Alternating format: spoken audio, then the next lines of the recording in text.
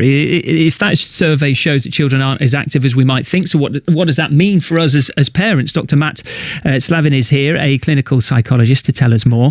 Hi, Matt, how are you? I'm good, thank you. Thanks for having me on the show. So what is the actual physiological and psychological benefits of being active? It sounds a silly question, but I think it's always important to remind ourselves, particularly for children.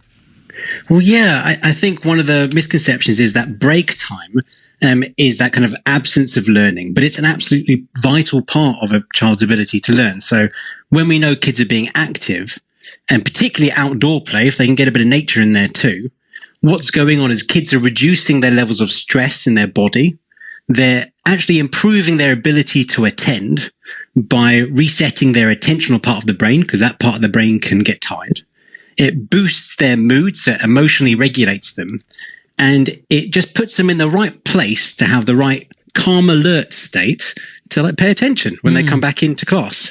Worth reminding ourselves, according to the chief medical officer, kids should be physically active for 60 minutes a day, so an hour a day, 30 of which should be within the school day. And I wonder if you think, and perhaps schools are doing this, of changing that mindset that actually it should be down to PE and organised lessons, and encouraging it in break times isn't necessarily a break, but an opportunity for kids to be physically active. Yeah, I think that reframing is really important, like this study, just to remember that actually what they're doing there are key parts of the learning curriculum.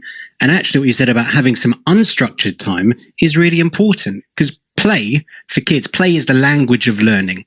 And when kids are able to move and learn at the same time, what they're doing in unstructured environments is they're actually shown to improve their problem-solving abilities, their greater creativity, and to get themselves in a really good place to learn. Yeah. So this is part of the whole what we want for our kids, right? Letting them be their best. Absolutely. And finally, Matt, how do you do that, encouraging that amongst children, particularly those that would say, I don't like sport or I don't like PE? I mean, again, it's about reframing, isn't it? But how do we encourage the children to be habitually physically active?